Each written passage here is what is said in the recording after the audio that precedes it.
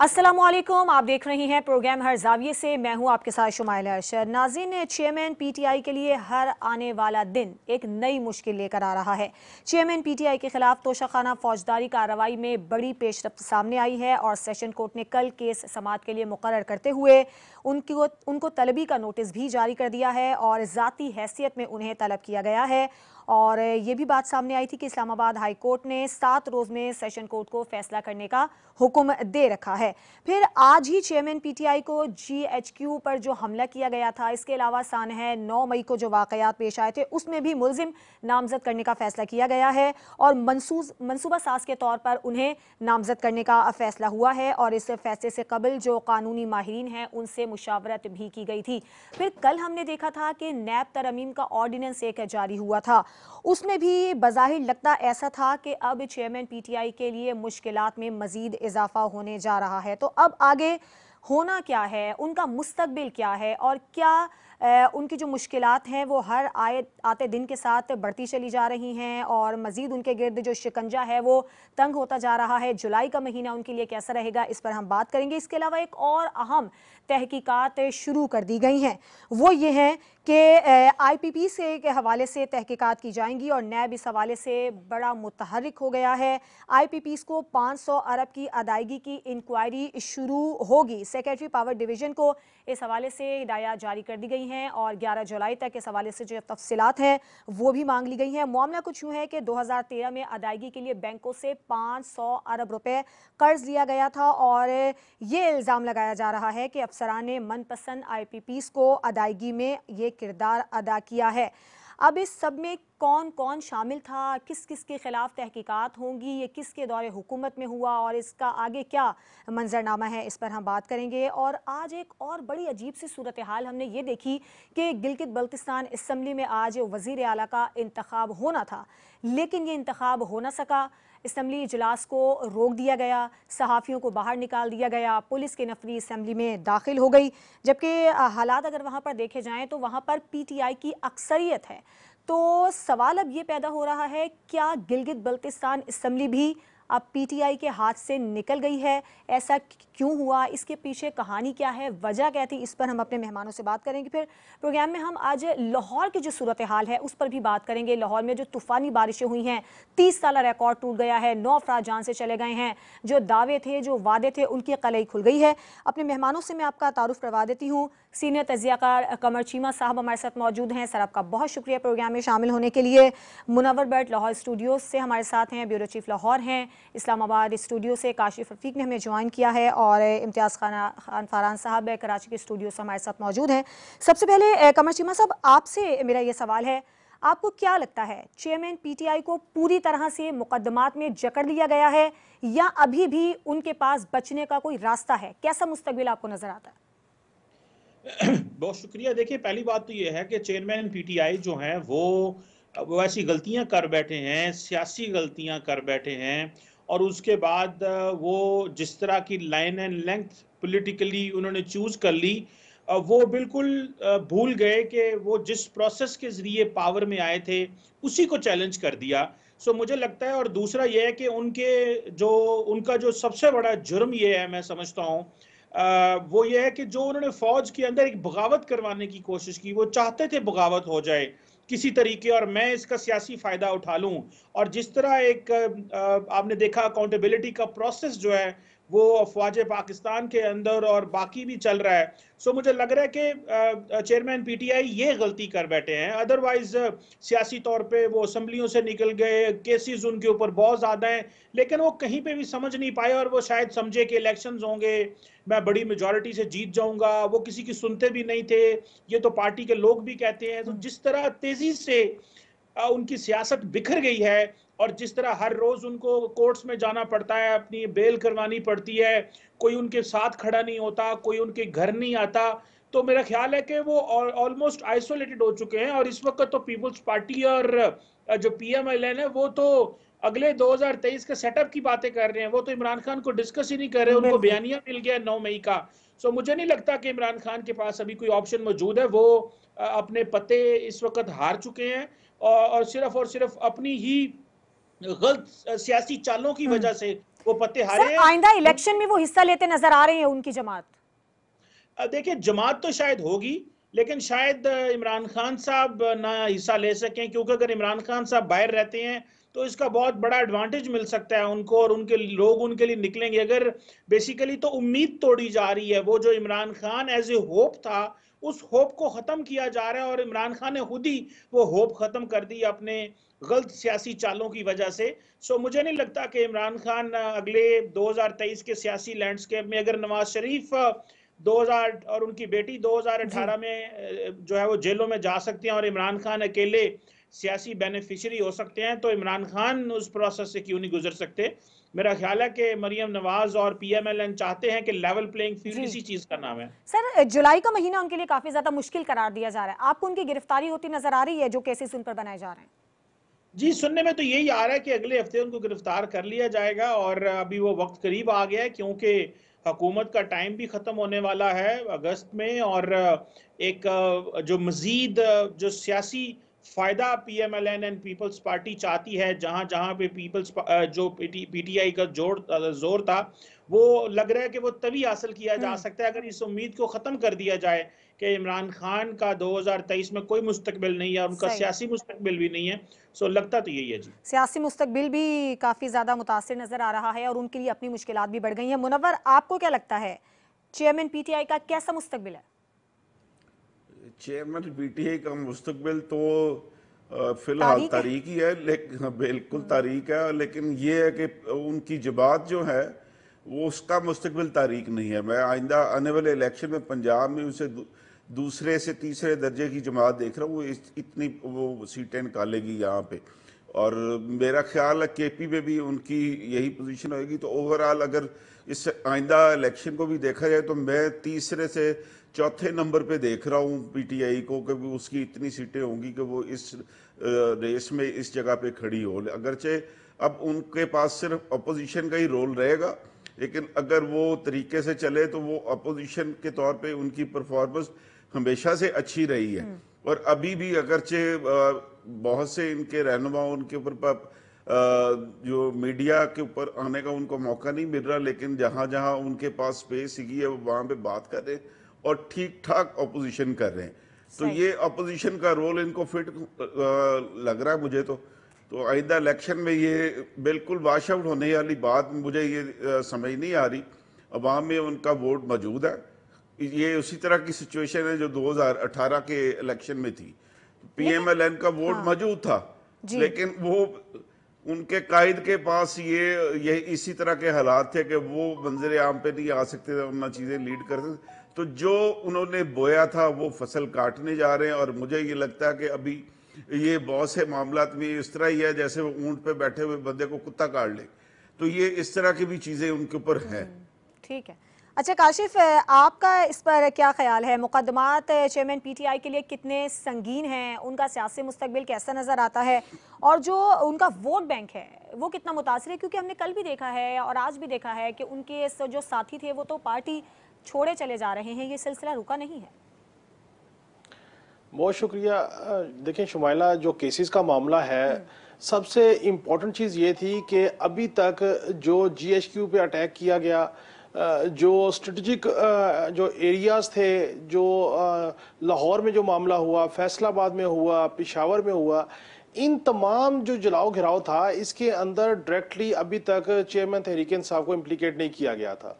और आज ये तय हुआ, कल ये तय हुआ, और आज से जो जिस शहर में जो मुकदमात हैं एटीसी कोर्ट में इंसदाद दहशतगर्दी के हवाले से, उसमें चेयरमैन इमरान खान को एयानत के जुर्म में मेरा ख्याल है कि उनको शामिल किया जा रहा है उन मुकदमात में, और उसके बाद उनको इन मुकदमात का भी सामना करना पड़ेगा। और इसमें बिलखसूस जो कोर कमांडर हाउस लाहौर है, जो फैसलाबाद में हुआ, जो जीएचक्यू के बाहर हुआ, और जो पेशावर में हुआ, इन मुकदमात को अगर आर्मी एक्ट के तहत ट्रायल किया जाएगा विद एविडेंसेस, तो मेरा ख्याल है कि इनके लिए चेयरमैन तहरीक इंसाफ के लिए जो है वो प्रॉब्लम ज़्यादा बन जाएगी।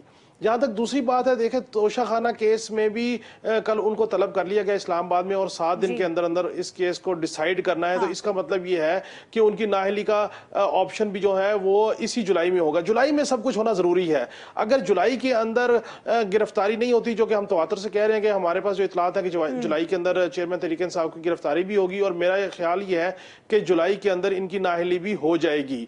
उसके बाद ही इलेक्शन की सूरत हाल में जाया जाएगा, क्योंकि इलेक्शन तो अपने टाइम पे 60 दिन या 90 दिन में अगर होते हैं और इसी तरह जमानतों के ऊपर चेयरमैन तहरीक इंसाफ बाहर रहते हैं, तो देखें सियासी अकाबरीन भले उनको छोड़ जाए, लेकिन कारकुनान की एक तादाद उनके पास मौजूद है जो बल्ले के निशान पे इलेक्शन लड़ेंगे और अवाम के अंदर सिंपैथी मौजूद है। अगर दूसरे या तीसरे नंबर की जमात भी तहरीक इंसाफ बन के आती है इतने ज्यादा क्रशिंग सिचुएशन के बावजूद, तो ये कोई आम बात नहीं है। इसमें जो आने वाला पॉलिटिकल सेटअप होगा उसको काफी परेशानी का सामना होगा कि अगर अपोजिशन में तहरीक इंसाफ बैठती है प्रोविंसेस में और मरकज में, तो हुकूमत चलाना दुश्वार हो जाएगा। और ये भी ऑप्शन है कि अगर इनकी अच्छी सीटें निकल आई तो हो सकता है Peoples Party after election seat adjustment बना के और वो हुकूमत बनाने की कोशिश करेगी, जो कि ऐसी इतलात भी हमारे पास मौजूद है। सो इमरान खान जो चेयरमैन तहरीक इंसाफ है वो या उनकी अहलिया, उनके गिर्द घेरा जो है वो खासा तंग है। एंटी करप्शन का हो, इंसदाद दहशतगर्दी का हो, तोशाखाना का, और इस बात का उन्हें पता है। लेकिन जो इंपॉर्टेंट तरीन चीज है कि जो लोग इनके सेफ हेवंस में अब तक जो लीडरशिप छुपी हुई थी, वो जो लीडरशिप है, मुझे ये लगता है कि जुलाई के अंदर उनकी भी कहीं ना कहीं गिरफ्तारी हो जाएगी, और उनको जिन्होंने छुपाया हुआ है, जो सहूलतकारी जिन्होंने की हुई है, शायद वो भी मुकदमा का उनको सामना यानी जुलाई का महीना खासी भारी पड़ने वाला है। इम्तियाज साहब, आपको क्या लगता है जुलाई का महीना काफी भारी होगा, और फिर वो जो एक पीडीएम की ख्वाहिश थी कि पहले चेयरमैन पीटीआई को रास्ते से हटाया जाए उसके बाद इलेक्शन में जाया जाए, वो भी पूरी हो जाएगी? बिस्मिल्लाहिर्रहमानिर्रहीम। देखिए, मैं आपकी इस बात से बिल्कुल एग्री नहीं करता कि जी पीडीएम की ख्वाहिश या फलां की ख्वाहिश या फलां की ख्वाहिश। 9 मई के केस की भी बात नहीं हम करते, 9 मई से पहले की भी बात नहीं करते, हम 2018 की बात कर लेते हैं। क्या बनी गाला जो केस था उसमें उसकी रेगुलाइज करके क्या उस वक्त के चीफ जस्टिस ने फैसिलिटेट नहीं किया था? क्या उसमें ये काम नहीं होना था? क्या जहांगीर तरीन की जगह उस वक्त किसकी डिस्क्वालिफिकेशन होनी थी? आप हिस्ट्री उठा लें, जो मुकदमात थे, तो जहांगीर तरीन को एक कुर्बानी का बकरा बना के डिस्क्वालीफाई कराया गया। उससे पहले इनका नाम था, ये चेयरमैन पीटीआई का नाम था, ठीक है। और उसके बाद और कई एक आपको उस वक्त केस हैं जिनमें रिलीफ मिलता चला गया, और 9 मई तक, 9 मई इन्होंने खुद अपने हाथ से किया। ये हम कोई दुश्मनी में या मुखालफत में नहीं बोल रहे, बिल्कुल बिल्कुल। 9 मई से पहले और 2013 के बाद जितनी फैसिलिटेशन इस्टेब्लिशमेंट और जुडिशरी की जानिब से इनको की गई, मैं समझता हूँ कि माजी में किसी भी सियासतदान को नहीं मिली। हम जो ये अब बात करते हैं ना, ऐसा लगता है कि जैसे इनके साथ ज्यादतियाँ होने जा रही है, बहुत ज़्यादा ज्यादती हो रही है। क्या आसिम मुनीर जो आज आर्मी चीफ हैं, क्या being a ISI head, DG ISI के, क्या उन्होंने 2 साल पहले आगाही नहीं दी थी कि फरागोगी क्या कर रही हैं, ये जमील, ये गुज्जर क्या कर रहे हैं, जो हमारी मोहतरमा जो खातून अव्वल थी वो क्या कर रही हैं? हम लेके जाए उस्मान बुज़दार का नाम भी सामने आता है। उस्मान बुज़दार भी कौन लेकर आया? उस्मान बुज़दार को कौन सारी हम ऐसी गुफ्तगू करते हैं कि जैसे इनके साथ ज्यादती होने जा रही है या कि ज्यादती हो रही है। 9 मई का वाकया, इसमें कोई दो राय नहीं है। आर्मी चीफ आसिम मुनीर पाकिस्तान में नहीं थे। अगर हमारे joint chief of staff committee के जो सरबराह हैं, अगर वो उस वक्त इनिशिएट ना करते, तो ये पहले हम नवाज शरीफ से मिलाते थे उस मामले को कि नवाज शरीफ तुर्की की तरह मामला चाहते हैं कि इस तरह कू हो जाए। तो क्या 9 मई को नहीं हुआ? क्या ये सारे मामलात नहीं हुए? ऐसा नहीं है। देखें, जो जिसने किया है, लेकिन इम्तियाज साहब, नून लीग और पीपल्स पार्टी इत्तेहादी हुकूमत खौफजदा तो थी ना? कोई खौफजदा नहीं थी। अगर देखिए, ये बात मैं इसलिए कह रहा हूँ, वो जेल नहीं गए, जरदारी 14-15 महीने जेल में नहीं रहे, उनकी बहन फरियाल तालपुर नहीं रही, कलसुम ये अपना मरियम नवाज नहीं रही, नवाज शरीफ नहीं रहे, शहबाज शरीफ नहीं रहे, कितनी पूरी सीरीज है जो ये रहे। जो भट्ट साहब एक बात कह रहे थे ना कि देखिए, जब आपको समझाया जा रहा था, बिल्कुल सही कह रहे थे भट्ट साहब कि जनाब ऐसे ना करें, आपको भुगतना पड़ेगा, सारी चीजें आपकी तरफ आएंगी। तो और मैं तो नहीं देख रहा, ये लेविंग फील्ड भी जो एक होती है कि जनाब ऐसा होना चाहिए, ऐसा होना चाहिए, ये पहले से था।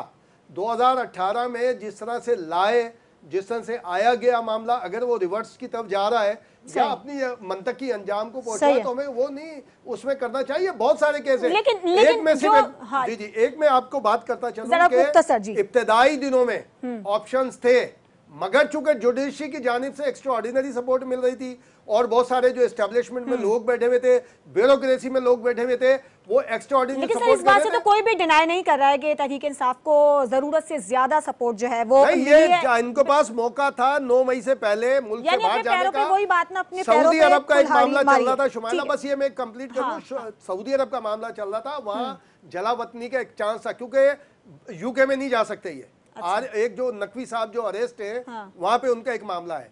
अमेरिका का भी एक प्रॉब्लम है कि वहां पे टेरियान का केस अभी तक है मौजूद है। तो सऊदी अरब उस वक्त इन्होंने 9 मई से पहले तक ऑप्शन थे, तो ये मना करते रहे। यानी 9 मई का वाकया इनको पूरी तरह से ले डूबा है। एक ब्रेक लेते हैं, ब्रेक के बाद जब हम वापस आएंगे तो आईपीपीस का जो स्कैंडल है उसकी तहकीकात, इसके जिम्मेदार कौन हैं और अब इस हवाले से नैब क्या कर रहा है, इस पर बात करेंगे एक ब्रेक के बाद।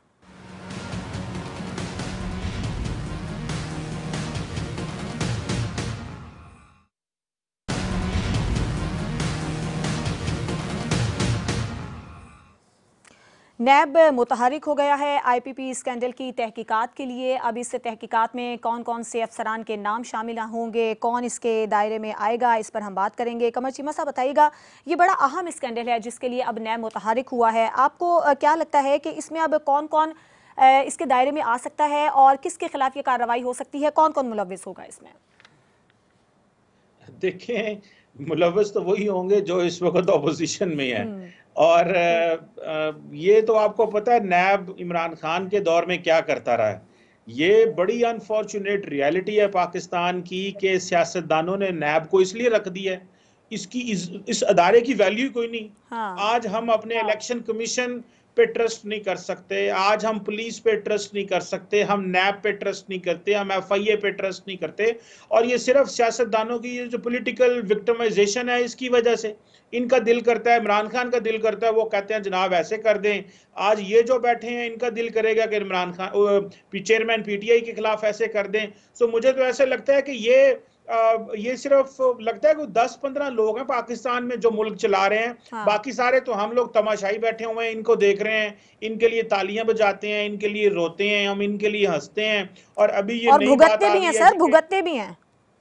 जी बिल्कुल वही भुगतते हैं। अभी हमें पता चला जी नैब अब इस चीज में एक्टिव हो गया है, तो हमें तो बड़े खुश थे कि इमरान खान चेयरमैन पीटीआई जो है बार बार, क्योंकि हालात इस तरह के हैं, नाम नहीं ले रहे, इस हालात जो हम तो ये समझते थे कि चेयरमैन पीटीआई की पावर चलेगी तो अब नैब जो है वो खामोश हो जाएगा, अब नैब अपना काम करेगा। अभी पता चल रहा है कि नैब जो है वो फिर से एक्टिव होगा। तो मुझे तो ऐसा लगता है कि हमने बस ये इसी तरह ही अपनी जागनसाई करवानी है, अपने अदारों को तबाह करना है। अब वहां पे बैठे हुए ऑफिसर्स की क्या क्रेडिबिलिटी है कि वो क्या कर रहे हैं, वो मुल्क के लिए और आम आदमी के लिए क्या है। हर एक को पता है कि जाएंगे, पैसे देंगे, छूट जाएंगे। आज नैब में जो लोग बैठे हुए हैं उनके बारे में ये आता है जी कि ये तो करप्शन खत्म करने हैं, पर सबसे ज्यादा करप्ट ये हैं। महकमा एंटी करप्शन जो है सबसे ज्यादा करप्शन चलती वहां पे, तो क्या क्रेडिबिलिटी है। देखें, अदारों की क्रेडिबिलिटी के लिए सियासतदानों को एक लॉन्ग टर्म ये पॉलिसी बनानी चाहिए। ये अब विक्टिमाइजेशन पहले चेयरमैन पीटीआई करते रहे, अब उनके खिलाफ होगी। तो मुझे तो ऐसे लग रहा है कि हम बस इसी तरह शोज करेंगे, बातें करेंगे, एक दूसरे को बुरा भला कहेंगे, पहले एक को अच्छा बनाएंगे फिर दूसरे को बुरा कहेंगे। और इतने फिर स्टेट के पास, हुकूमतों के पास इतने रिसोर्सेज होते हैं, वो इस तरह की चीजें करते हैं कि at the end of the day अवाम वही मानने लग पड़ती है जो हमें दिखाया जा रहा होता है। ठीक है, अच्छा काशिफ, आपको क्या लगता है किसकी मुश्किलात बढ़ने जा रही हैं नैब के इस इकदाम के बाद? देखें, इस केस में आईपीपीस की जो पेमेंट का केस है, इसमें तो मुश्किलात नून लीग की बढ़ने जा रही हैं। वजह यह है कि ये पेमेंट 2013 के बाद हुई और 2013 के बाद वज़ीर आज़म नवाज शरीफ साहब थे और वज़ीर ख़जाना इसहाक डार साहब थे और वज़ीर पानी और बिजली जो है वो ख्वाजा आसिफ साहब थे। अब ये 500 अरब रुपए की जो आईपीपीस को पेमेंट हुई इलेक्शन 2013 के हुकूमत बनने के फौरन बाद, ये उसकी इंक्वायरी की इंडिकेशन है कि वो जो प्राइवेट बैंक से लेके वो 500 अरब रुपया दिया गया, किन किन आईपीपीस कंपनीज को दिया गया, किस मद में दिया गया, कैसे सर्कुलर डेट कम किया गया। अब अगर इस इंक्वायरी को इनिशिएट किया गया और नैब इसको प्रॉपरली प्रोब करता है तो फिर तो इन्वेस्टिगेशन होगी इन 3 अशखास के खिलाफ, जो पर्टिकुलरली 2 वजीर हैं और एक वजीर आजम उस वक्त के हैं। लिहाजा लगता यह है कि नैब जो है उसको वो अक्रॉस द बोर्ड जो है वो एक एहतसाब के अमल को शुरू करने जा रहा है। और ये बुनियादी तौर पे जो तरामीम पीडीएम की हुकूमत ने नैब कवानीन में की, वो तरामीम ग्रेजुअली वापस होना शुरू हो गई एक्ट के जरिए, और रिसेंटली एक एक्ट के जरिए भी कुछ तरामीम वापस हुई। गो कि हमने इससे कबल भी ये डिस्कस किया कि मैं ये समझता हूं कि वो जो भी तरामीम की जा रही है वो किसी एक शख्स, किसी एक सियासी जमात के अकाबरीन के मुतालिक नहीं, उसमें तमाम आएंगे। अब आईपीपीज की जो इंक्वायरी है अगर ये होती है, और इसमें देखना यह है कि ये इंक्वायरी में क्या कोई गिल्टी साबित होता है नहीं होता, या इस केसेस में भी जो उस वक्त के वुजरा हैं, उस वक्त की हुकूमत है और जिन आईपीपीज को दिया गया उनमें कोई छोटे नाम नहीं, बड़े बड़े नाम हैं, इस मुल्क के बड़े बड़े बिजनेस टाइकोन्स हैं, तो क्या वो एग्जनरेट हो जाते हैं उस सारी केसेस में, या उनको भी कहीं ना कहीं जवाबदेही होती है? सही। आपको क्या लगता है बड़े बड़े नाम जो इसमें शामिल आने वाले होने वाले हैं, शफाफ तहकीकात होंगी? देखिए, जो इसके लिए लेटर जारी हुआ है ना शुमाइला, उसमें भी एक क्वेश्चन है। उसमें जो एक्ट कोड किया गया है 1999 जो कि रियल इसका है, उसके साथ उन्होंने कहा है अमेंडेड 2022। अब उसके तहत अगर होता है तो अब ये समझ नहीं आता कि किस हद तक ये नेब अपने पावर एक्सरसाइज करेगा। जो गुज़िश्ता रोज़ 2 रोज़ कबल जो एक ऑर्डिनेंस आया है वो इस पे लागू होगा या नहीं होगा। अगर लागू नहीं होगा तो बहुत सारी रियायत मिलेगी, कुछ भी नहीं होगा, ये जस्ट एक इंक्वायरी होगी और कुछ भी नहीं होगा, कोई आगे नहीं जाएंगे। क्योंकि आईपीपीज में अगर आप टूवर्ड्स उठेंगे, ये पीपल्स पार्टी के दौर में शुरू हुआ था, और जब नवाज शरीफ आए थे तो उन्होंने, ये बहुत पहले की बात बता रहा हूँ, जब शहीद रानी मोहतरमा बेनज़ीर भुट्टो साहिबा इक़्तिदार में थी, जब उन्हें यानी हटा दिया था, उनकी गवर्नमेंट ख़त्म कर दी गई थी। उसके बाद जब नवाज शरीफ की गवर्नमेंट आई थी तो आईपीपीज सारे एग्रीमेंट इन्होंने कैंसिल किए थे, फिर दोबारा से उसको जाकर फिर उसके ऊपर अमल दरामद शुरू कर दिया गया था। उसमें कई आईपीपीज ऐसे थे कि जो पावर जनरेट करते हैं और लेकिन उनकी कनेक्टिविटी नहीं है, जो हमारे नेशनल ग्रिड है। तो जो लेटर जारी किया गया है, अब देख लेंगे 11/7 को क्या होता है। 11 को उसकी तलबी है। मैं नहीं समझता जो लेटर जारी हुआ है उसकी रोशनी में कोई बहुत ज्यादा कुछ होने जा रहा है, बहुत बड़ा कुछ होने जा रहा है। शुमाइला सिर्फ एक जुमला कि अब जो अमेंडमेंट इम्तियाज साहब ने कही है, ये वो अमेंडमेंट है जो तहरीक इंसाफ की हुकूमत ने अमेंडमेंट की थी। जी जी, ठीक है। मुनव्वर साहब, आपका इस पर क्या ख्याल है? जी, मैं तो ये समझता हूँ कि हमारे दोस्त फरहान साहब के जो दोस्त है ना, वो मुश्किल में आएंगे। अगर ये आप देखिए तो ये पेमेंट 2013 से पहले की है, तो उस टाइम पे हुकूमत किसकी थी, और राजा रेंटल साहब एक बड़ी मशहूर शख्सियत थे, उनके खिलाफ ये सारा मामला होगा। और उनकी जो जी पेमेंट तो आने वाली हुकूमत ने करनी थी ना, तो ये जो रेंटल पावर स्टेशन थे वो पीएमएलएन की हुकूमत ने नहीं उनको कॉन्ट्रैक्ट दिया था, वो पीपल्स पार्टी की हुकूमत ने दिया था। और ये इसमें हमारे साउथ पंजाब के भी एक एमएनए है बड़े मशहूर, वो उनका भी रेंटल पावर जो है ना, वो इस मामले में उनको भी अदायगियाँ हुई थी, और उनका रेंटल पावर जो है वो बिजली प्रोड्यूस नहीं कर रहा था, लेकिन उसमें उनको बहुत सारी पेमेंट करनी पड़ी थी। तो ये इससे पहले भी हम लोग बात कर चुके हैं कि ये पीपल्स पार्टी और नून लीग का जो रोमांस है ना, वो इस इलेक्शन से पहले खत्म हो जाएगा। ठीक है, क्योंकि तो इन दोनों ने एक दूसरे के खिलाफ इलेक्शन लड़ना है, तो ये अब अपने अपने जो है पत्ते खेलना शुरू हो गए। तो ये पीपल्स पार्टी के कोर्ट में जाएगी। ठीक है, चलिए, तो अब हम देखेंगे जब ये इलेक्शन लेटर जो है ना, वो लड़ेंगे। एक ब्रेक लेते हैं। ब्रेक के बाद जब हम वापस आएंगे तो गिलगित बल्तिस्तान असेंबली में 33 अरकान हैं, जिसमें से नए वजीर आला को कामयाबी के लिए 17 वोट दरकार हैं, और यहाँ पर पीटीआई की अक्सरियत है। आज इजलास होना था, लेकिन कुछ ऐसा वहाँ पर हुआ कि ये इजलास को मुलतवी कर दिया गया है। तो इसकी वजह क्या थी, इस पर बात करेंगे। कुछ लाहौर में जो बारिशें हुई हैं उस हवाले से भी हम ताज़ा तरीन अपडेट्स लेंगे एक ब्रेक के बाद से। और इम्तियाज़ खान फरहान साहब ने कराची स्टूडियो से हमें ज्वाइन किया। आप चारों मेहमानों का शुक्रिया। अब 72 घंटे बाद ये इजलास जब दोबारा होगा तो फिर देखा जाएगा कि वज़ीर आला की जो वज़ारत है वो किस जमात के हिस्से में आती है। आज के प्रोग्राम से इजाज़त दीजिए। अल्लाह हाफ़िज़।